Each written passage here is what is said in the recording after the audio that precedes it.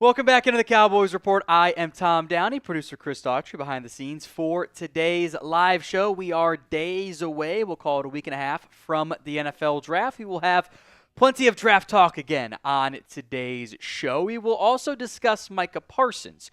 Prediction time. Will Micah get a deal done before the 2025 NFL Draft? Obviously a very tight time frame for that, although Micah is present at the voluntary offseason workouts that get going today. So that is a positive sign on that front. The Cowboys made kind of a big deal of like, we need Micah there. He's got to be a leader. Well, he showed up. He did that.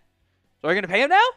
Or is it going to be more like he kind of, maybe not the bluff, didn't call bluff, like, did what you asked. You wanted him there. He did it. Now what? I think they want more than just the voluntary stuff, but also like you're really going to have that be a factor in 5-year deal. Anyway, will a deal get done before the NFL Draft? Y for yes, N for no. You can also vote in the pinned poll of today's show. Right now, early voting, 54% voting yes, 53% voting yes, now back to 54%, and flip-flopping back and forth over and over there. Just over the majority think a deal does get done. A $5 super chat here from Michael Graham. Did the Jones boys know about the bad economy in advance? In return, paying Micah less. Let them cook. Here's the thing. There are no tariffs on football. So, guess what's going to happen? The NFL is going to stay gangbusters. The cap ain't going to drop. Also, funny to see Jerry once imply that he knew the cap better than anybody. And like people were like, maybe it's going to go down, and then like it didn't. I don't know. It's how it goes. Anyway, no, it's just they're not letting them cook. Is they served you a burnt scrambled egg, which like how do you even burn scrambled eggs? It's so easy. Like that's kind of the analogy there. All right, we are doing the Micah decision pool still. You can pick the date Micah signs or is traded. Go to chatsports.com/Micah to see the entries in there so far. One of which has already passed, although it is closest to signing, so it's still eligible to win. Venmo me at WhatGoingDowney, $5 to enter the Micah decision pool. You can mention if it's a sign or a trade. Doesn't matter. It's just the date itself is all that matters.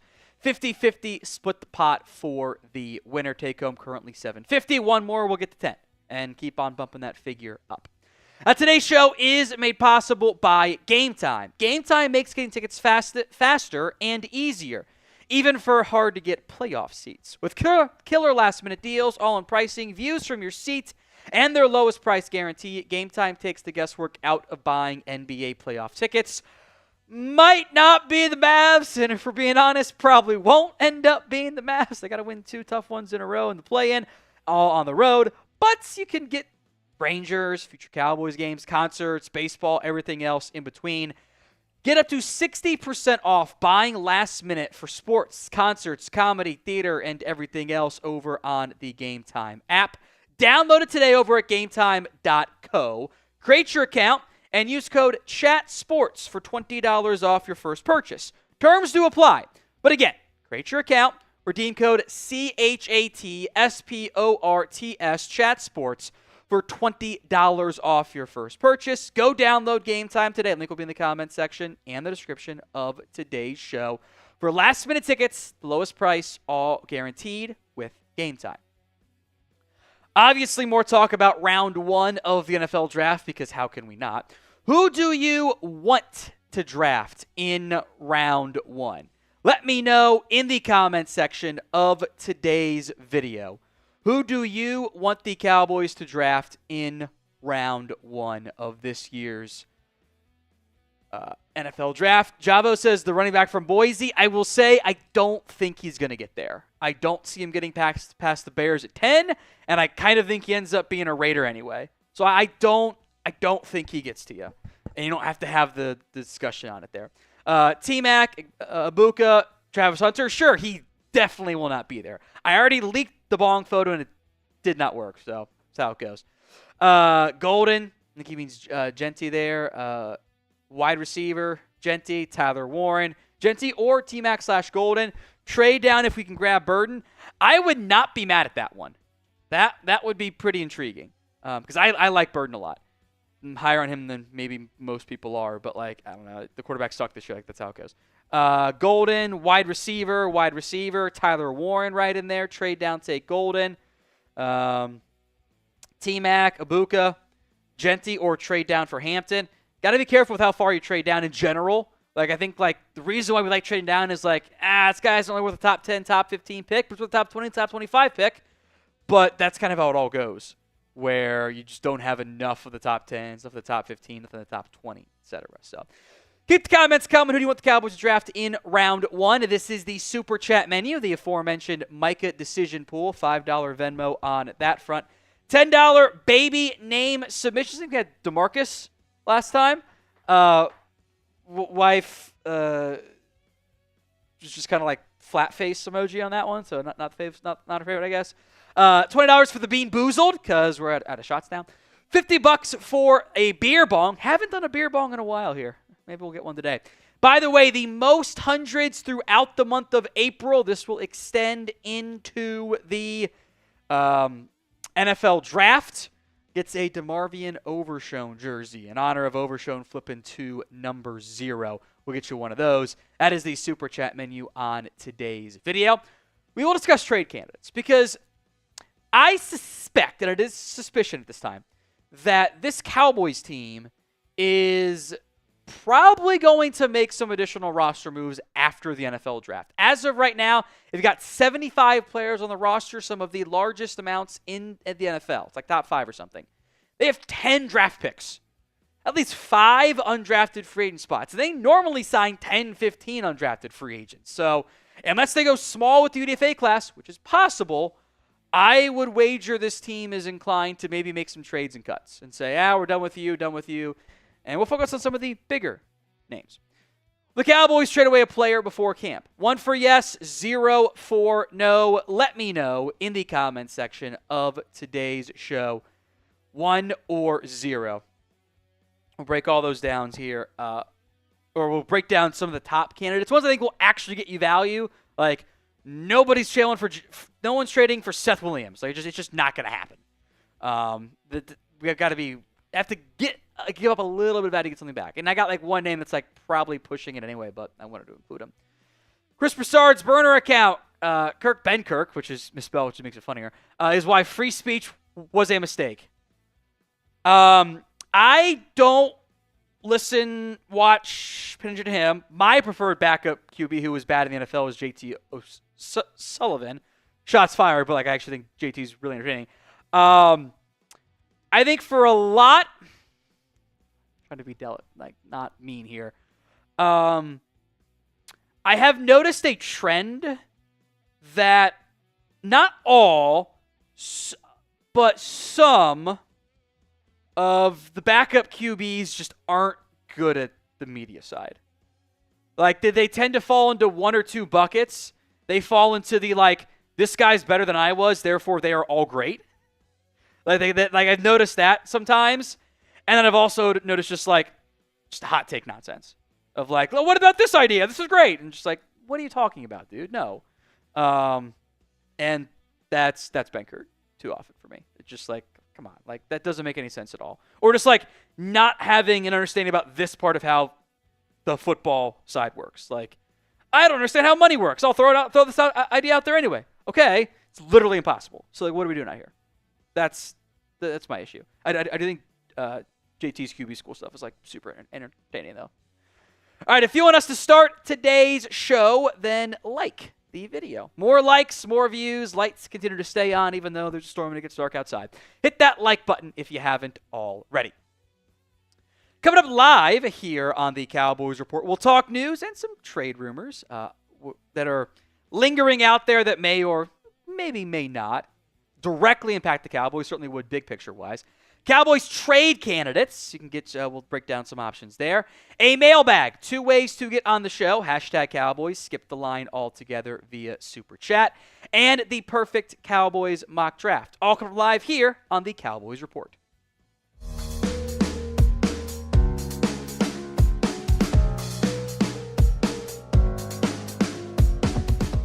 We are 104. for now, subscribers away from 212K subs here on the Cowboys Report. Hit that sub button if you haven't already. Now, off-season workouts are underway here for the Dallas Cowboys. They begin on April 14th today, Monday. OTAs run from May 19th to the 20th, 22nd, 28th, and 23rd. Into June 2nd to the 3rd and 5th. Minicamp is on June 10th to the 12th. We are in what is called Phase 1 right now. That is the first 2 weeks of the off-season workout program. This is, you can do coach and player meetings. You can do strength and conditioning stuff, which hopefully you've been doing on the side already on your own. And rehab work is available. So it starts. It's like syllabus week. You're not actually doing anything of note. But of note, Micah Parsons is present for the voluntary stage of these workouts, which is exactly what the Cowboys wanted, by the way. Micah has said he wants to be a leader. He wants to be more involved. He wants to be, the guy on defense, taking over for the departed DeMarcus Lawrence, which doesn't sound like everyone was too mad about in the end. And these voluntary things, they are voluntary, but they help with that. It's a little bit hard to be the leader if you're not there in the end. And there had been doubts about whether or not Micah, despite him saying he planned on it, was going to be there because of the contract situation. Now, in theory, this helps get a deal done. This helps the Cowboys go, okay, you're doing the leadership stuff we asked / basically publicly demanded you to do. It's also the Cowboys. So, who's to say if it'll actually get done at the proper timing and everything that you would normally anticipate with what it should be done. This is not a challenging deal to do. It's actually pretty easy to do.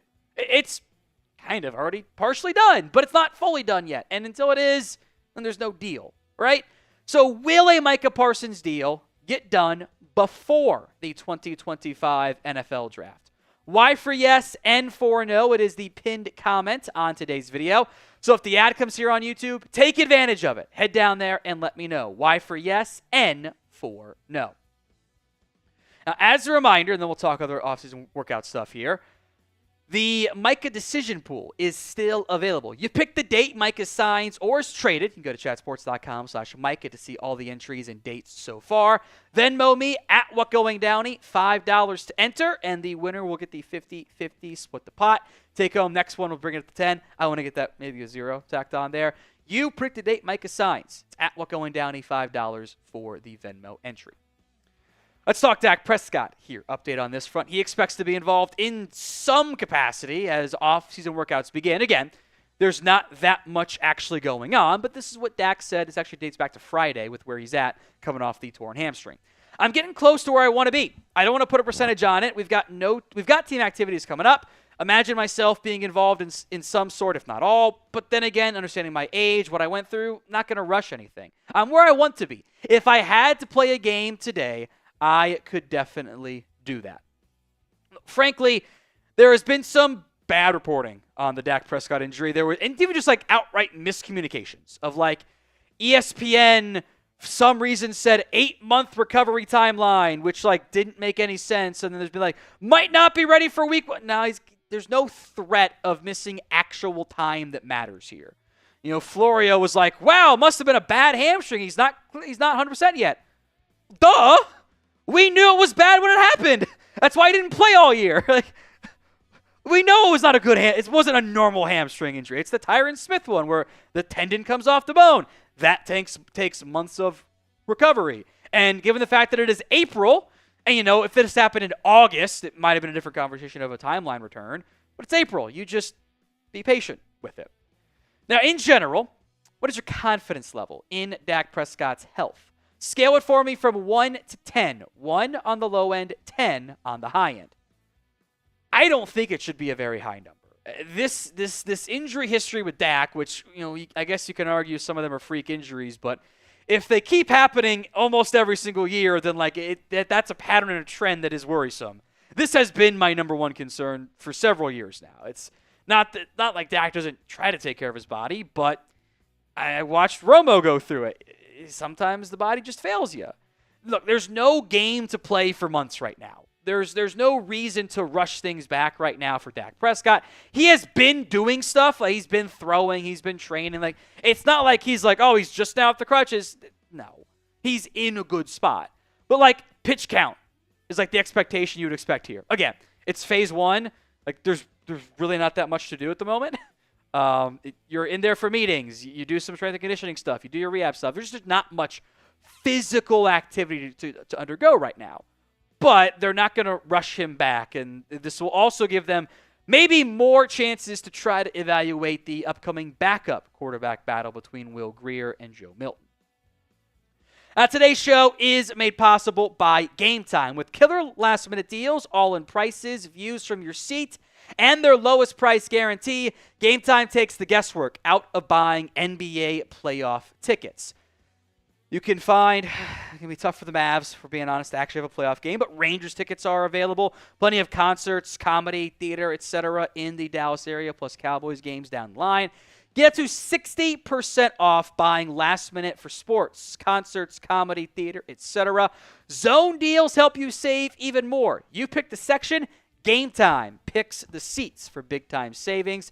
And the Game Time guarantee is this: if you find tickets in the same section and row for less, Game Time will credit you 110% of the difference. So download the Game Time app today, create your account, use code CHATSPORTS for $20 off your first purchase. Terms apply.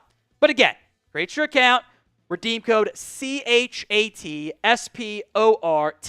CHATSPORTS, for $20 off your first purchase. Link will be in the comments section and the description of today's show. I want to mention the NFL/Dolphins-specific trade rumors that are now out there, because they could impact the Cowboys directly, or maybe more likely, via, this means this team doesn't have a cornerback need. Now the Dolphins need a receiver or whatever.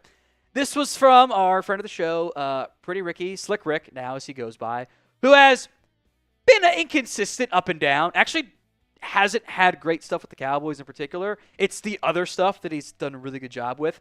He claimed, this was 3 days ago, big trade for the Dolphins. Dolphins are trading away an all-pro player. Now, look, two things. A, intentionally vague. But now, with that said, there's only a couple of people that this could potentially refer to. Ricky's had his misses. Was several days ago. There was one of the really good Dolphins reporters who acknowledged this. We'll get to that here in a little bit. But everyone kind of assumed, okay, this is Tyreek Hill, right? Because it's Tyreek Hill. He's been doing this for months now.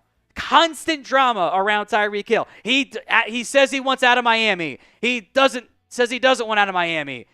Makes posts saying goodbye on social media. Does TikToks of what a potential trade reaction would look like. It's all kinds of nonsense. Which, honestly, kind of turns me off. I don't want to deal with that. That's not fun, right? Tyreek Hill is a dynamic football player, ignoring the off-the-field stuff. The money is probably the single biggest issue.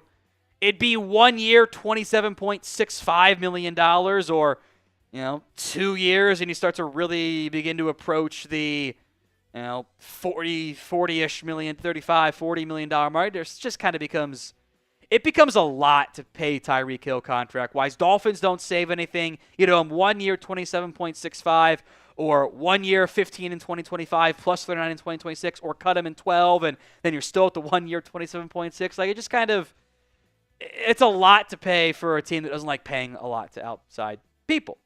Now, of note, might actually be Jalen Ramsey that is in reference to, and not Tyreek Hill, which is Barry Jackson, who was one of the best sports reporters out there for Miami, like Dolphins and Miami in general, was asked about it. Says, you mean one person's report? And then Ricky said, no, I'm a dog, not a person, which was kind of funny. He's referring to a guy you wouldn't expect. No, not confirmed. But it does imply that there is some truth to this.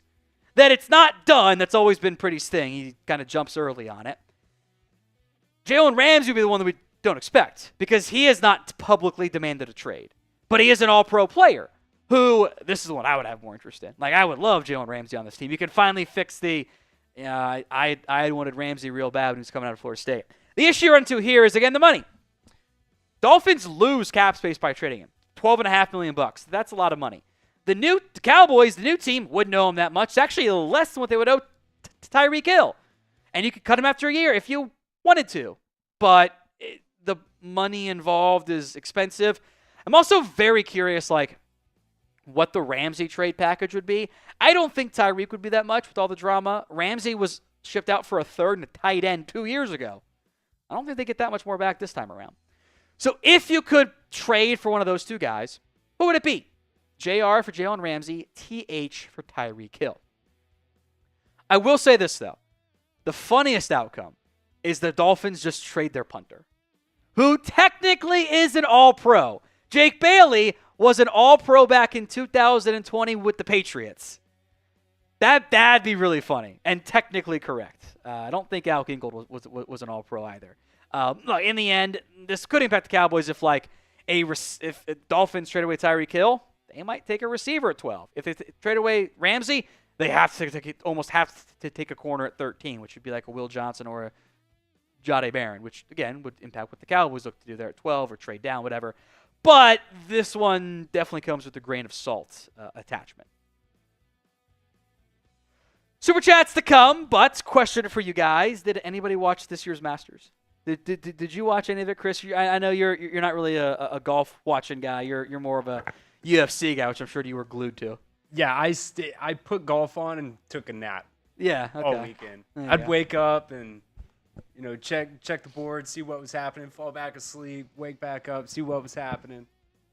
Wild ass finish. Yeah. It was absolutely incredible. I saw the back nine on Sunday. So it's the second nine. Augusta does not like it when you call it the back nine. Why?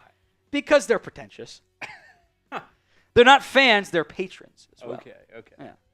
Whatever. I enjoy the hell out of it, but I'm a nerd, so it's fine. All right, let's get to a $20 super chat from Max. Says, give me Tet and Scattaboo. Traits have not worked recently. I want production, not 40 times. Give me two guys who dominated. By the way, DeMarcus Ware, the name, not Lawrence. That's how I interpreted it. But I don't think the Ware versus Lawrence side mattered at all to the wife in the end. Look, I want production. Like, here's my thing. You're picking at 12. You're picking at 44, whatever. I can get both. I can get both of them. I can get a guy with great production, and I can get a guy with traits. Like, Tet has traits too. Like, I don't want to make it seem like that's the case. But I do agree. My concern the past couple drafts has been like they've kind of fallen a little bit too far into the sides of we'll just coach them up, which isn't always how it works out, especially when head coach is on the hot seat. They don't always want to take the coaching up side there. From King Kong. Yeah. Gold should be the guy in round one. He provides more upside and explosive plays than T-Mac. The eye test says it all. Hashtag DC for life. The thing is, their explosive plays were not that different. And I'm pretty sure T-Mac actually had more explosive plays. He had on a higher volume, obviously. But T-Mac was far more explosive after the catch this year. Golden's after-catch numbers, let me pull it up here. He forced 8 missed tackles at a 5.2 average after catch. That was it. So 8 forced missed tackles, 5.2 average after catch this year. McMillan was 29 forced missed tackles this year. Now, there's obviously more catches for McMillan, but there were still a much higher ratio in the end. He's not the burner. Golden is faster. But I actually don't think there's more upside with Matthew Golden than Tedderella McMillan. And I like Golden. He's a top, I don't know, I haven't ranked him. It'll probably be around top 20 for me. Like, I think sometimes we get caught up in, well, Golden has more room to be better than what he was at college. But McMillan is already way better than what I think Golden can be. I think Golden's going to be a very good NFL player. I think he can be a really good complementary receiver. I think he does fit well with the Cowboys. I think McMillan fits well too. But Golden had 987 yards in 16 games this year. And the quarterback gets blamed too. Let's not pretend that Noah Fafita is a good quarterback. As fun as he is. I like Golden. I would not be mad if the Cowboys took Golden because, I want one of two things. I need either speed, which Golden brings. He's a great route runner too. I think there's some Calvin Ridley to his game. Or I need someone that's actually big. And isn't not like 6'2", and he's 190 pounds and he runs a 4.5. Give me the 6'4" guy that can actually do some downfield stuff as well and thrives on those backside digs. That's McMillan. It's do you want T. Higgins or do you want Calvin Ridley? Those are my comps for both those guys. I don't think there's a bad pick there, but I would rather have T-Mac. The Super Chat menu, by the way, we'll get to Noah's Super Chat here. $5 Venmo, you are into the Micah decision pool. You pick the date, Micah signs, or I guess gets traded, and we'll do a split the pot for that. At What Going Downey, $5 Venmo there. $10 for baby name submissions. I will send my wife your baby name suggestion if you put in a $10 or higher Super Chat, and I will read her response on air.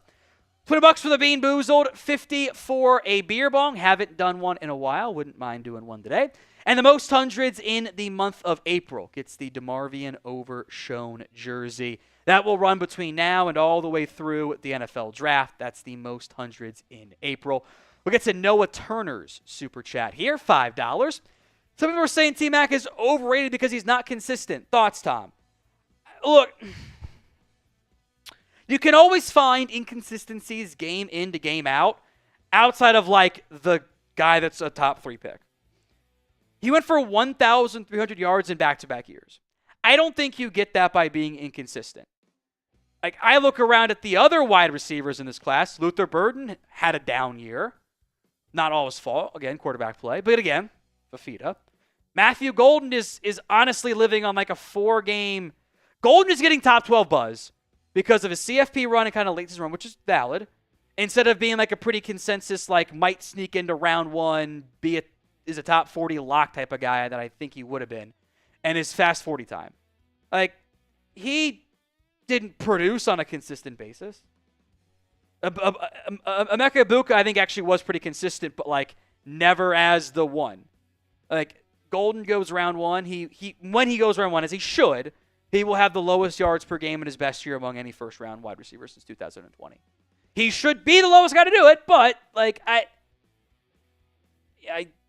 don't really buy inconsistencies for T-Mac. I think there are moments where you want to be a little bit more locked in. I think there was definitely some frustration this season. I don't think you are the only receiver to have 1,300+ yards in back-to-back years by being super inconsistent.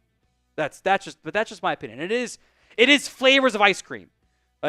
If T-Mac was a true obvious top 5 player in the class, or even true obvious top 10 player in the class, he wouldn't be available at 12 for you. I said that about CeeDee Lamb, but that was a different class because 3 receivers went early. I think at 12, he's a very good pick. You're watching the Cowboys Report. I am Tom Downey. On today's show, we are breaking down some of the top trade candidates for Dallas. They have been willing and have made multiple deals this year, mostly adding players. However, the Cowboys currently have 75 players under contract. They have 10 draft picks. That's 85 for a 90-man roster limit. Unless they want to go super small at the undrafted free agency timeline or trade away some of their draft picks for future picks, which I wouldn't be mad at, by the way. A trade is in the cards. So will the Cowboys trade away a player? We'll go before camp to give you they made a trade 2 days after the draft type of deal. 1 for yes, 0 for no. Let me know in the comments of today's show. Number 1 for me is Damone Clark, the linebacker. And I'm trying to focus on players who might actually have some value. Clark is owed $3.47 million this year. That is his cap hit. The Cowboys would save the basically non-remaining signing bonus stuff from that's about 3.41, which is also what a new team would owe Damone Clark. And I do worry that level of cost might make him a more likely cut candidate than it would make a trade candidate. He played a lot in 2023. He had 100+ tackles. He wasn't the most consistent and kind of really fell out of favor in Dallas, not just with this staff, but even kind of the previous one. I don't think they wanted to play him as much as they were kind of forced to. And the Cowboys have additional options. Now, we'll see when DeMarvion Overshown gets healthy, but they have Maurice Leafau back. They traded for Kenneth Murray. They signed Jack Sanborn. Buddy Johnson is a special teamer who could carve out a roster spot. If the Cowboys draft a linebacker in like the 5th round and Overshown gets healthy, that numbers game might not work in favor of Clark, especially given the potential savings you would be able to acquire with a move. You can be a hater or whatever, a trade value guy, whatever you want to call it there, but name a player who you want to trade. It's the pinned comment on today's show, so if the ad comes here on YouTube, take advantage of it. Head down there and let me know. Next up is Sam Williams. Now, this would probably be more of like a preseason training camp type of trade, but I think this is the sneaky name to keep an eye out for. Isn't owed much. 1.55 is the cash owed. The Cowboys would save 1.48. That's not that bad in terms of a hypothetical asset to move on from, to flip Sam Williams and get something back for him. And for me, there's 2 things you have to look at here kind of in depth. Number 1, the production dipped this past year. I had 22 tackle, or in 2023, I should say. The TFLs went way down. The sacks went up, but the pressure rate wasn't particularly good either. And this is a Dan Quinn guy. And one thing we always know about the Cowboys is they're going to draft an edge. They do it every year under Will McClay. So that would be Micah Parsons, Dante Fowler, Marshawn Nealon's not going anywhere. They just signed Peyton Turner, probably won't cut him. You had a draft pick in, that's 6 edges. They going to carry 6 edges? I'm not so sure that they would, even if they want to go light at defensive tackle as they seemingly always do. I think depending on how early that edge rusher gets drafted, you can see Sam Williams available. Next up is wide receiver Jalen Tolbert. And I think that his job as the number 2 receiver is about to go away early in this year's draft, which, if they add another guy too, then you get a little bit intriguing there. $3.63 million cap hit. You save $3.41. New team owes him that. Not that much money for a guy that could be a low-end 3. I don't know how much interest there would really be in Jalen Tolbert, but I'll give him credit for this. He's gotten better every year. The bar is low. It was 2 catches in year 1. It was 22 in 2023. 49 and 7 scores in 2024. But again, there is a numbers game here. You have CeeDee Lamb. Let's say you spend the first-round pick on a wide receiver. You have Kevontae Turpin. You have Jonathan Mingo. Okay, there's your top 4. Not maybe in that order, but Turpin and Mingo aren't going to go anywhere. Tolbert's 5, but then you've also got Brooks and Ryan Flournoy, and somebody's on the outside looking in, barring injuries. Now, I don't think Jalen Brooks and Flournoy have any trade value. I don't think the Cowboys are going to punt on Mingo. That would leave then Tolbert as the name that could potentially be flipped. Today's show is made possible by Game Time. With last-minute deals, all-in pricing, views from your seat, and their lowest price guarantee, Game Time takes the guesswork out of buying NBA playoff tickets. And Game Time makes getting tickets faster and easier, even for those hard-to-get playoff seats.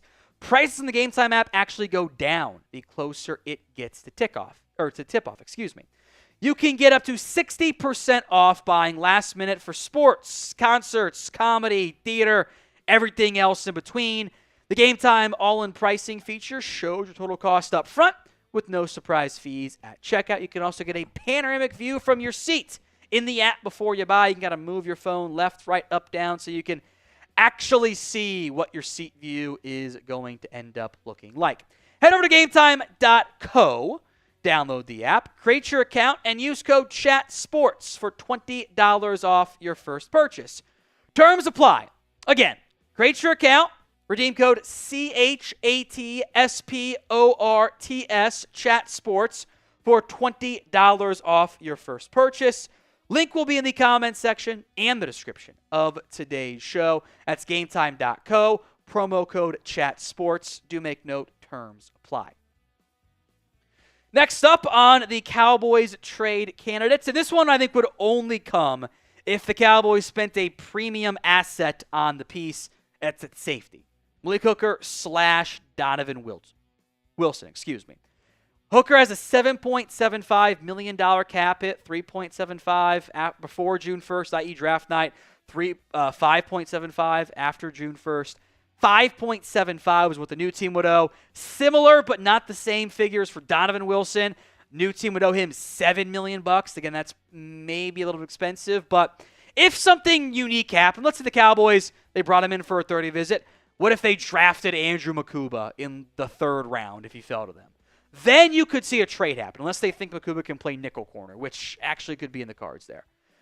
The Cowboys don't need a starting safety. They have Malik Hooker, they have Wilson. They've brought back Wanye Thomas. They brought back Marquise Bell. They will add a safety in some capacity, day 3 or as an undrafted free agent, but they don't have to make it a premium selection. If they did, then one of these guys could be on the block. Hooker is the free safety.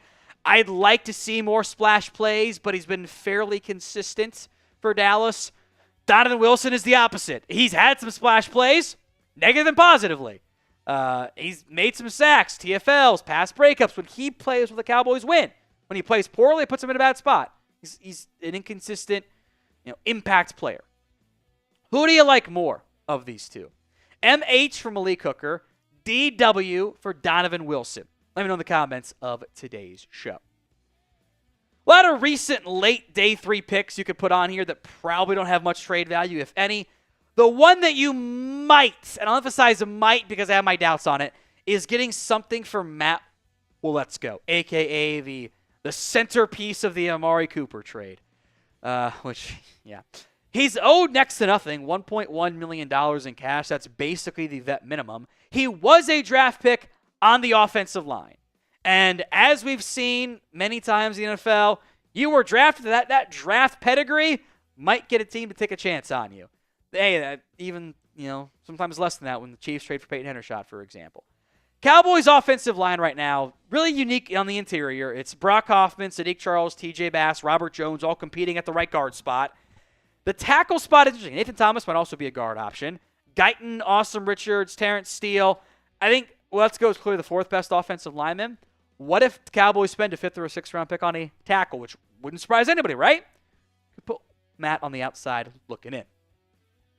I will have more Cowboys YouTube videos multiple times per day, every single day, even beyond this upcoming NFL draft. Hit that sub button for more updates if you haven't already done so. Let's move to tight end, Jake Ferguson / Luke Schoonmaker. This, again, only happens if you spend a premium pick on a tight end. You say F it and take Tyler Warren or something in round 1. Or you do the funny thing and take Colston Loveland, which might break some of our minds. Ferguson is not owed very much, $3.41 million. He has proven himself to be a starting tight end. It's a matter of is it medium level or low level starting tight end. Schoonmaker is, cheaper. $1.32 million is what the cash owed is. They might not say all that if they do it, before June 1st. He's also got 2 years of team control left on his deal. It is a solid tight end class. I don't think the Cowboys have to spend a pick. I don't think they view it as a need. They could if they wanted to for additional depth and competition and stuff, but it is not a glaring hole on this roster. Although Ferguson struggled this past year. I don't think he had the same chemistry with Rush as he did with Dak Prescott. And you can say the opposite about Luke Schoonmaker. He had better chemistry with Cooper Rush. And with Ferguson banged up, got to play more, was far more productive, has not lived up to second-round pedigree. Neither guy would fetch you that much in a trade. That's why it really only makes sense if you do it as after you spend a premium pick on a tight end, which, again, I don't think this team ends up doing.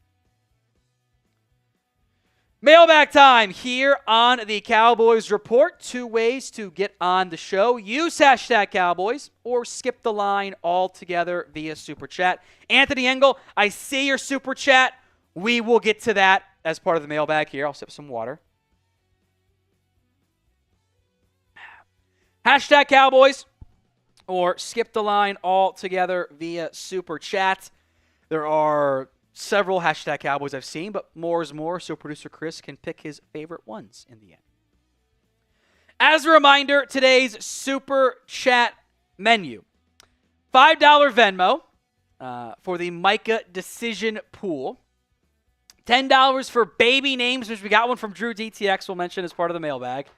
I'm gonna text that one right now to the wife. I am curious if she's gonna recognize the joke there. And she also just texted me, and I'm just gonna ignore it and send a baby name submission, which might be a dicey thing. It's LaFonda, which is hell of a reference there, Drew DTX. If you know, you know, he says. Anyway, $20 for the. I spelled it like you spelled it, not the DUH like they did in Napoleon Dynamite, but it's a good reference there. Let's see what she says. $20 for the Bean Boozled, $50 for a beer bong. Most hundreds, by the way, in the month of April gets the DeMarvion Overshone 0 jersey. Let's keep that in mind as we dive into today's mailbag. From Mighty Ant 0215, a super thanks to begin today's show. If T-Mac is gone, we trade back, get a second, and take gold in the first, then running back in corner with our 2 seconds, third on a DT, or trade back twice and get 3 twos, and hope we get a DT in the second. Because the Sims I've done, I get a lot of trade back offers, gold in the high teens, and if he's gone, trade back for Ibuka, Burden late first, and grab Maxwell Harrison, Travion Henderson, DT, use a third for an edge. All that's fine. I will say this in general. It's a good plan. I would always be careful with the Sims because the Sims often give you similar results. They're a very valuable tool. Sometimes it's not how it goes in the end. And, the guy you think might be there in a trade down doesn't make it to you.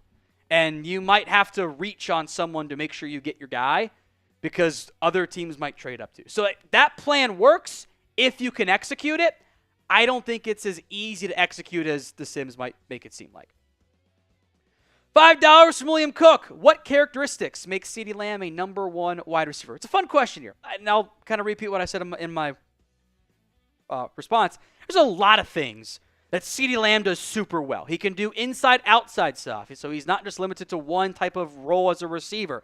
He does a really good job, one of the guys on this team, frankly, of getting open. He is extremely dangerous after the catch. He's also pretty good about playing larger than his size, both after the catch and at the catch point. And when you combine, he's good at getting open and good once the ball's in his hands, that's normally a pretty darn good football player. And as a bonus, he's got really good chemistry with his wide receiver as well, or with his QB as well.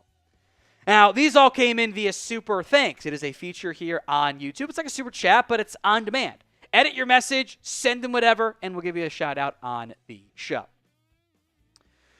Jason Baca, thanks. What's your opinion on Colorado wide receiver Jimmy Horn Jr.? Seeing him go from round 7 to round 5, and despite his size, think he could be huge. He is 5'8 and an eighth, 174, slot receiver. He does offer some kick return value. I think he plays a little bit faster than some of his timed speed. He wasn't a great testing athlete, all things considered. For me, I think the other Colorado receiver, LeJontay Wester, is actually probably a better comp for this, but I think the way you use them is similar. I already have an undersized slot receiver who can do some gadget stuff and return guy stuff. That guy already is on my team in Cavani Turpin.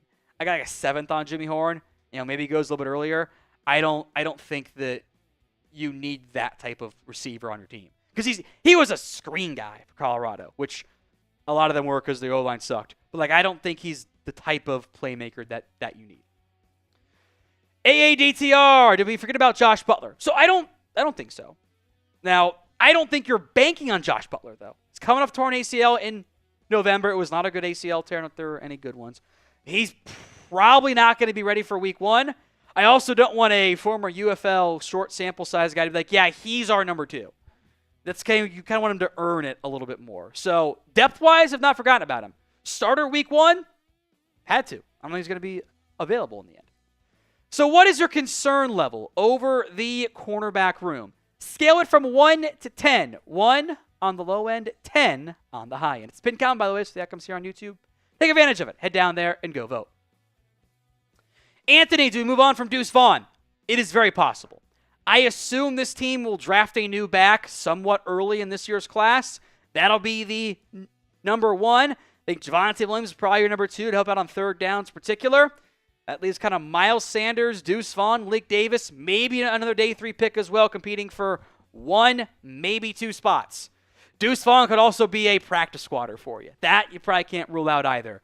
But I don't think with the level of investment, the brief playing time, and the likely need you have at the roster, that they're banking on Deuce Vaughn or assuming Deuce Vaughn is on the 53. Drew DTX. If we sign Jair Alexander, we move Duran Bland back to slot, or we better just go in for a slot corner in the draft after the 3rd round. Also, LaFonda, if you know, you know. It's from Napoleon Dynamite. As for this, I think the nice part about if you were to sign someone like Jair Alexander is he can do both for you, and so can Duran Bland. I think there is a very real scenario when we get to May 1st that the best 3 starters for this Cowboys roster, once Trayvon Diggs is healthy and your other corner, is Duran Bland at the nickel corner spot. Now, Duran Bland's in a contract year. He probably doesn't want to play a bunch of nickel, or at least his agent does not want him to, because that's going to bring down his value.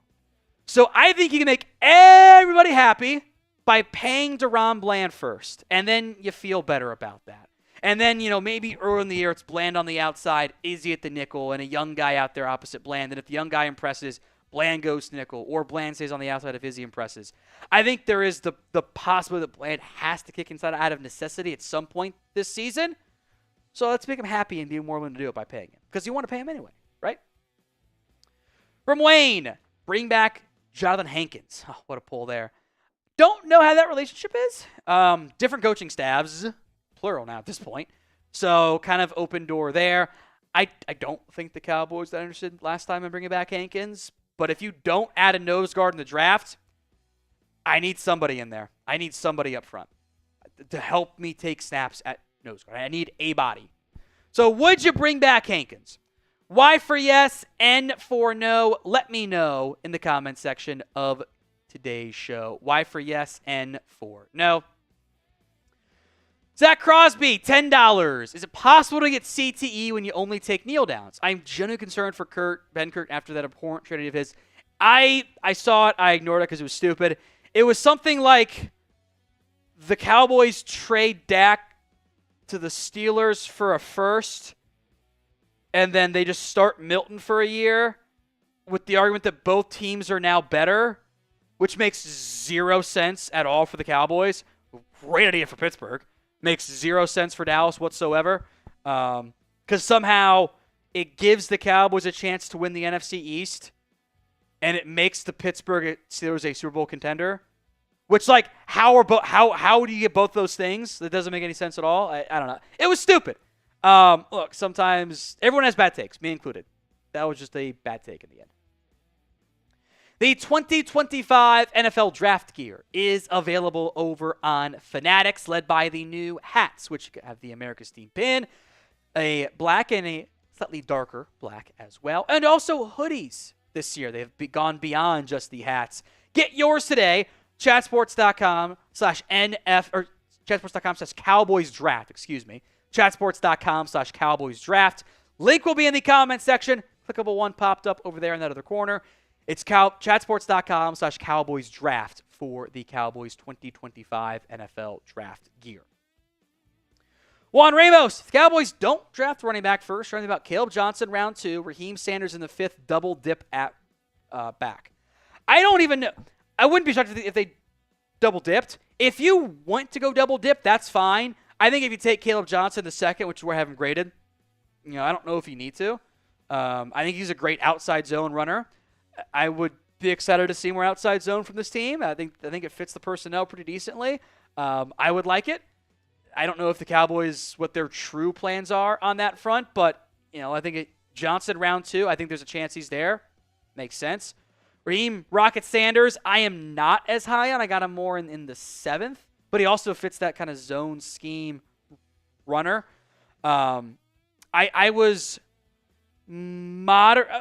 pretty impressed overall with the way he tested. It was better than what I thought it was going to be. I also know that he's had some weight issues in the past, and I think he is a kind of an. He did better early down stuff, which I thought was a promising sign as well. I've got him kind of like in that 6th round range, more or less, but 5th or whatever, it's fine. If you want to double dip, I think there will be plenty of options there. Jenkins Gaming, Tom, all the questions about Parsons. Is it close? Is it the years of the money? It's the fact that he didn't have the agent involved. That's what it was. Like, if Micah didn't have an agent, you have an agent for a reason, the deal would be done. But you have an agent for a reason, so you don't kind of friendly get taken advantage of, for lack of a better phrase there. Like, I think that maybe the years are an issue. And by the way, if you disagree on the years, then you disagree on the money. Those are interconnected. You cannot separate the two. More years equals more money. That's how it works in the NFL. But, you know, if you don't talk to the agent, there's no deal. Like, it's not a hard deal to do. We know what the money's going to be. It's record setting. It's not hard. They could have it done in a day if they wanted to. They could have it done tomorrow if they wanted to. They could have it done before this mailbag even goes out. But somebody's got to pick up the phone and call the other party. And from a leverage standpoint, from a who should get the deal done first, it should be the Cowboys. Not that hard. Now, if you enjoy our mailbags, hit that sub button. YouTube.com/CowboysTV for more free Cowboys videos each and every single day. West Side. Oversteam, but I'd love to get Auburn running back Jarquez Hunter. He'll probably go in between our 3rd and 5th round picks. That's where I've got him graded. I have him in the 4th. I was very impressed by him. There's good yak ability. I think he plays bigger than his size. He's like 5'9.5", 204, 4.44 40. He's got good lower body strength, which I always like in a back. Keeps those legs churning. Did have the rare, like, the shuttle time was slower than the 40, which, like, never had. It's very rare. It just means you're stiff. It means you're straight line fast, but, like, you can't change direction all that great. I think there's some vision issues as well. Part of that is the offense that I think he played in, but I got him in the 4th. I think he's an underrated player. I would, yeah. If they took him in the 3rd, I would not be upset by it. Or if they got a 4th round pick back, I would take him there for sure. Tim Hoover, Dylan Sampson would be a steal in the 3rd. I also have him in the 3rd. There's a lot of backs I have in like that 3rd, 4th round range, or in that late 2nd. There's a ton of them. I think Sampson. I think division's good. I think that the offense he played in makes it easier because everyone's spread out wide. So like there's just less in the box to be able to identify. But he carried that offense. Tennessee did not have a good passing offense last year. Dylan Sampson was the engine of the entire thing. Corey, if Dallas doesn't go wide receiver early, who would you rather have, Amari or Keenan Allen? If the Amari relationship is fixed, I'll take Amari Cooper because he offers me outside game that I don't know if Allen quite does. If you miss on a receiver early, I'll take either because I need somebody else out there, even if it is just a one-year stopgap option, though. Name a player who you want the Cowboys to add this offseason. Draft, free agency, or trades. Let me know in the comments of today's show. LSU Tigers. Oh, look at that. They're commenting. Who could be the Mozzie Smith pick in round 1? I think I would describe Mozzie Smith pick. I'm going to treat it as defensive, upside athlete play. And I think that's Michael Williams out of Georgia in the end. I'm not trying to be like negative about Michael or anything, but I think if you're like, Mozzie was a traits-based pick along the defensive line. Williams would be a traits-based pick along the defensive line. Crimson Cowboy. Thoughts on Gabe Taylor out of Iowa. In the later rounds if we need DB depth. Sean Taylor's younger brother. Oh, that's a fun fact there. Somewhat undersized safety out of Rice. Runs in the low 4.4s at 1.5. Did he go back to school? I thought he went back to. Maybe he didn't. Hold on. Let me double check the beast here. No, he went pro. So I have not done him. I haven't watched any Rice games this year. So I will consult the beast on this one from Dane Brugler. Dane's got him 84th among safeties the official 40 time there is 4.55. Checked in at 5.834, 188. So that would all indicate undrafted free agent guy. But you need undrafted free agents at safety. You got to sign one, if not two. So insert your favorite safety. You can definitely sign them. The Super Chat menu on today's show, $5 Venmo for the Micah decision pool. $10 baby name submissions, which I am now texting Anthony as another one, like Zach suggested. So you can always have a Tony. The LaFonda response was, Jesus, for a boy with two question marks. So I don't think she got the joke there in the end, which I appreciated there, Drew. Anthony, another name has been submitted there. $10. The rules are I am required to send your guys' baby name suggestions because kid number 2 is on the way to my wife, and I will read her responses live on air. So far, they have not disappointed. They've all been great responses. $1 for the Bean Boozled, 50 for the Beer Bong. Most hundreds in the month of April gets the DeMarvion Overshown jersey. That is the Super Chat menu on today's show. The pin poll is if a Micah Parsons deal will get done before the 2025 NFL Draft. Y for yes, N for no. We are technically tied at 50% of the pin poll. It does not show fractions. It is one vote in favor of the no because we have an uneven number of votes, which I don't think we've ever done a 50-50 poll ever. I think I could get this poll to 50-50, and we would not get there. People be like, no, we're not going to do it. It's out of chaos. So that is very impressive.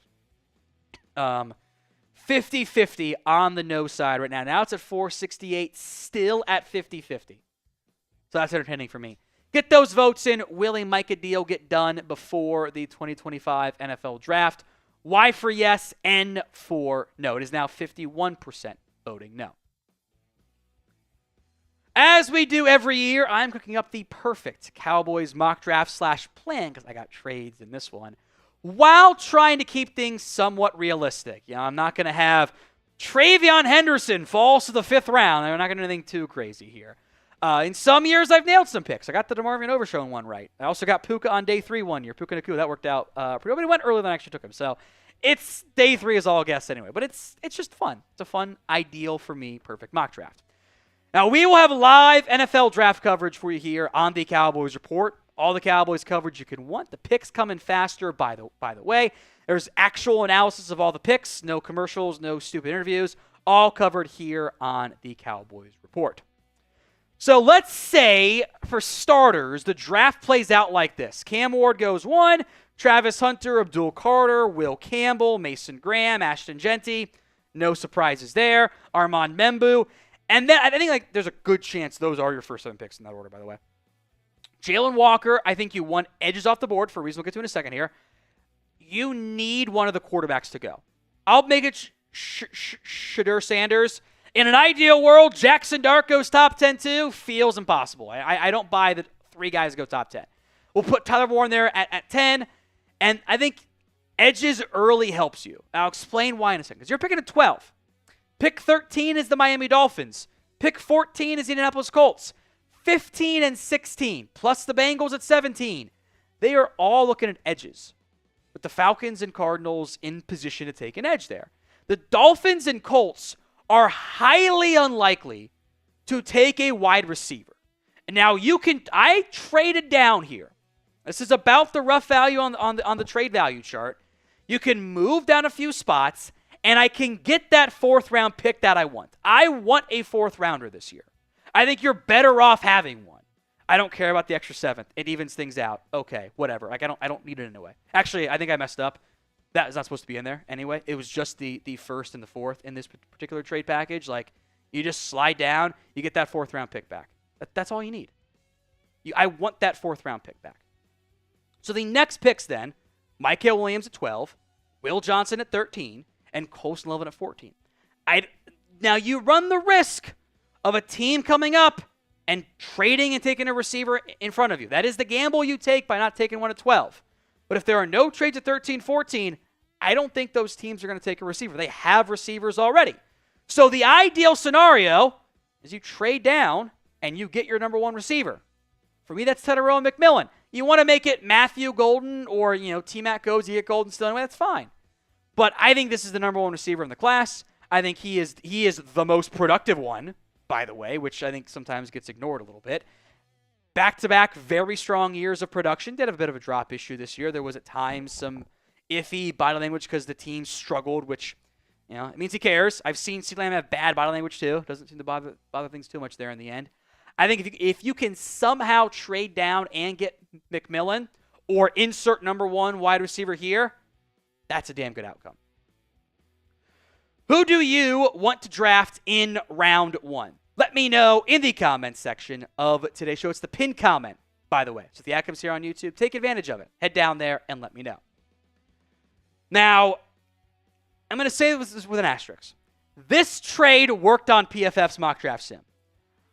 I think it's very light trade value to give up to go up to 38 and move up 6 spots. I think they pitchers probably want that 4th you just gave up or even your 3rd. But it worked on the sim, so I'm going to allow myself to do it. Because I would love to leave my first 2 picks with T-Mac and Travion Henderson out of Ohio State.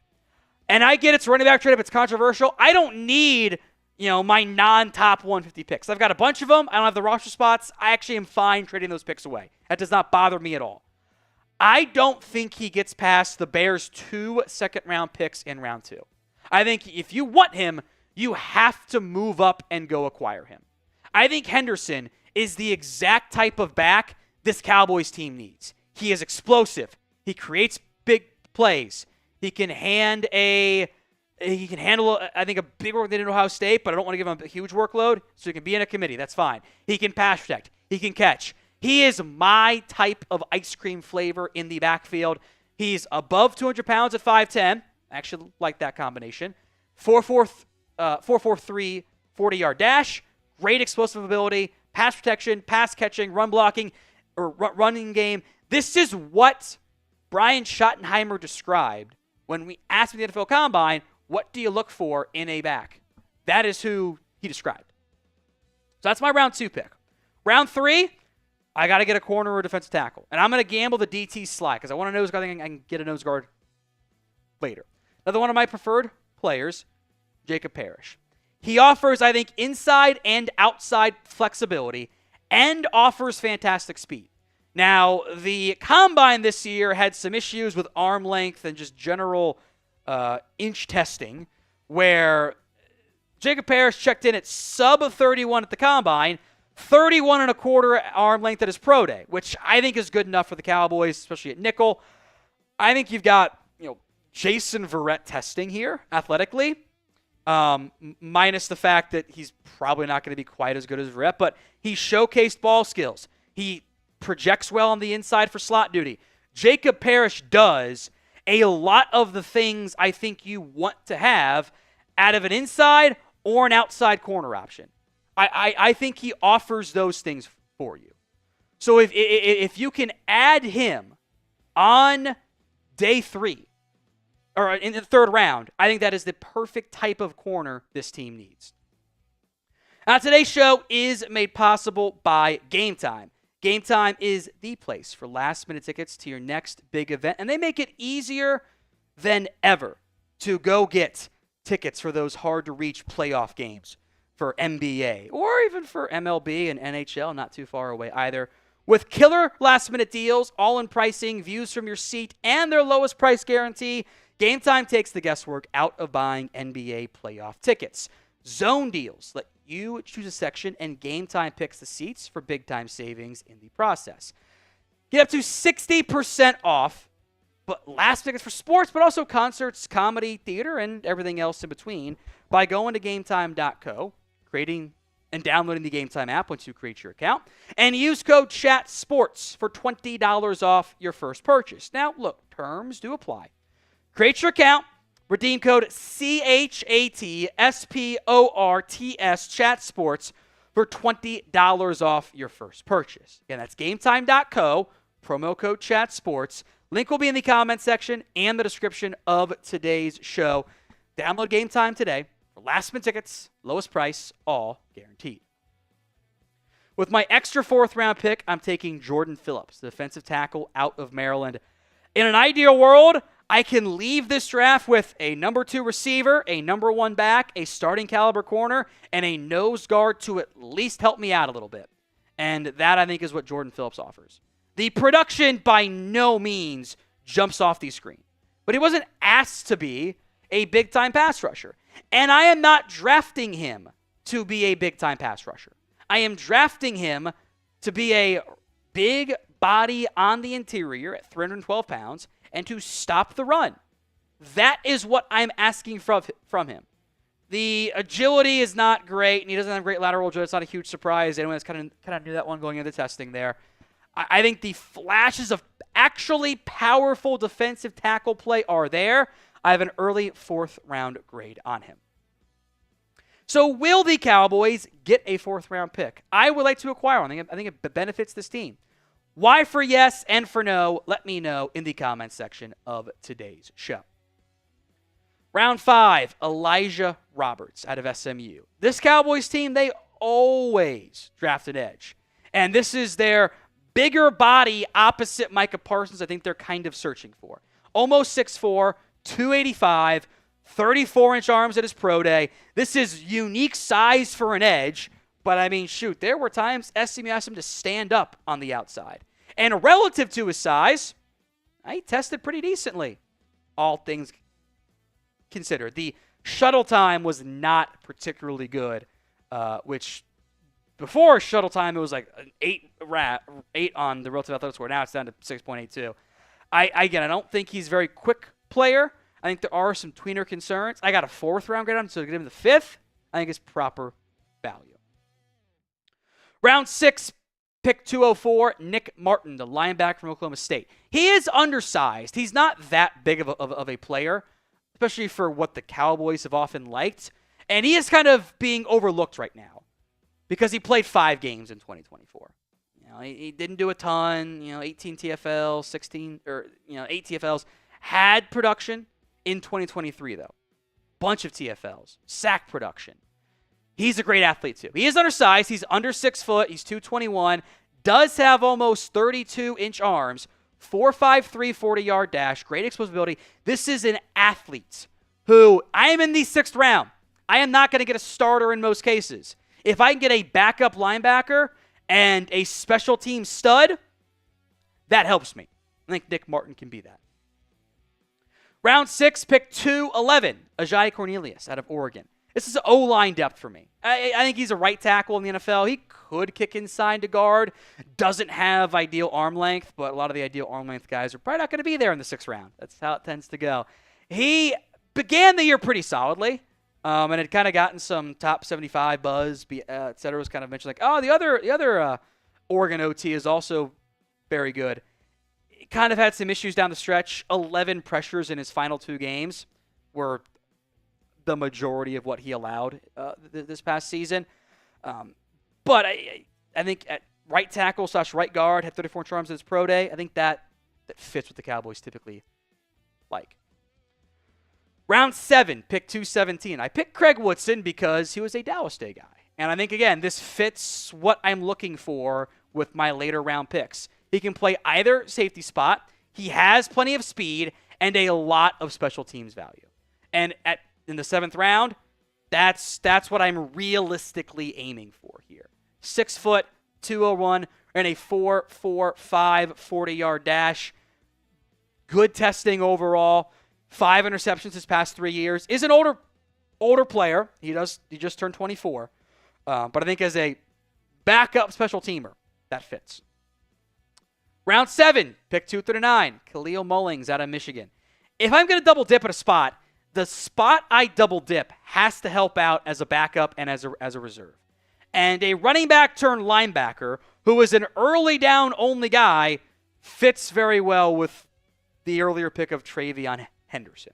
He can at least be, because he played linebacker in college, a core special teamer. And that type of guy as RB3/RB4, honestly, It could not be more of a polar opposite than Deuce Vaughn. This is a big, burly guy, helps on special teams. It's not really Deuce Vaughn's game. Let's recap my perfect mock draft for the Cowboys. I traded down in round 1 to get an extra 4th-round pick and still got Tyrone McMillan. It's the purpose of being perfect. Of course, I get the guy I wanted. Round 2, pick 38, a trade up to go get Travion Henderson because I think he is the perfect back for the Cowboys. Round 3, pick 76, Jacob Parrish, inside-outside flex. I need a corner out of Kansas State. Round 4, pick 118, Jordan Phillips, defensive tackle out of Maryland, really helping out as a nose, which I badly need. Elijah Roberts to begin the 5th round, 149, the edge from SMU. Unique body type, but offers a good opposite style of play across from Micah Parsons. Nick Martin, linebacker, Oklahoma State. Special teams value there, speedy but undersized. Round 6, pick 211, Ajani Cornelius out of Oregon, giving me some offensive line depth. Round 7, 217, Craig Woodson, again, special teams depth, safety from Cal. Then Khalil Mullings, the running back out of Michigan. Former linebacker turned running back. That guy can make my roster as my last back. So grade this Cowboys mock draft for me. A, B, C, D, or F. Let me know in the comments section of today's show.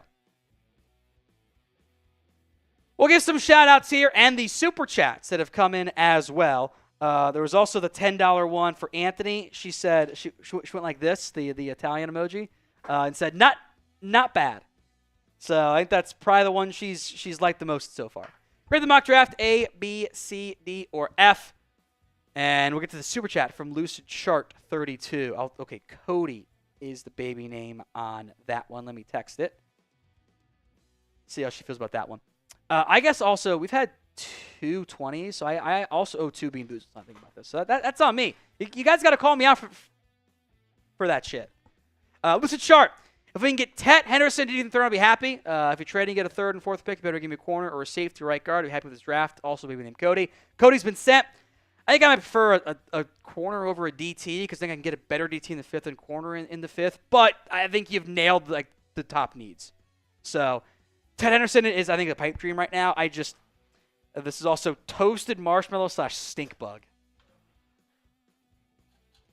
I'm going to get a palate cleanser here.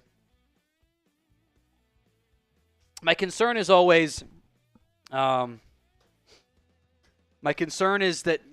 Henderson's going to be gone too early. It'd be great. It'd be great. All right, so this is the first one here.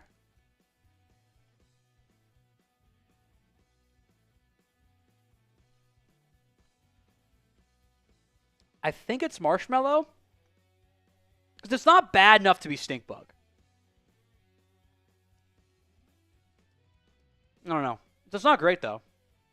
Let's spin it again. Lucid Chart. I was too hard to spin. I miss the Titans Chat Sports. We'll always support you, big fan. Congrats on the baby. Thank you, Lucid. I appreciate that. Cheers to you, my friend. This one is Tutti Frutti or Stinky Socks. I think it is the last. Oh, no, it's not the last Tutti Frutti. Yeah, that matches. Tutti Frutti, I think. I think so. It's these are old. None of them taste good. I think like the bad flavors have merged with some of the good flavors, and the good have merged with the bad a little bit. It's not great. All right, we will sign off here on the Cowboys Report. More free videos all week long. Do not miss out on any of our Cowboys news. Hit that sub button right now, youtube.com/CowboysTV. More draft talk coming at you guys tomorrow morning.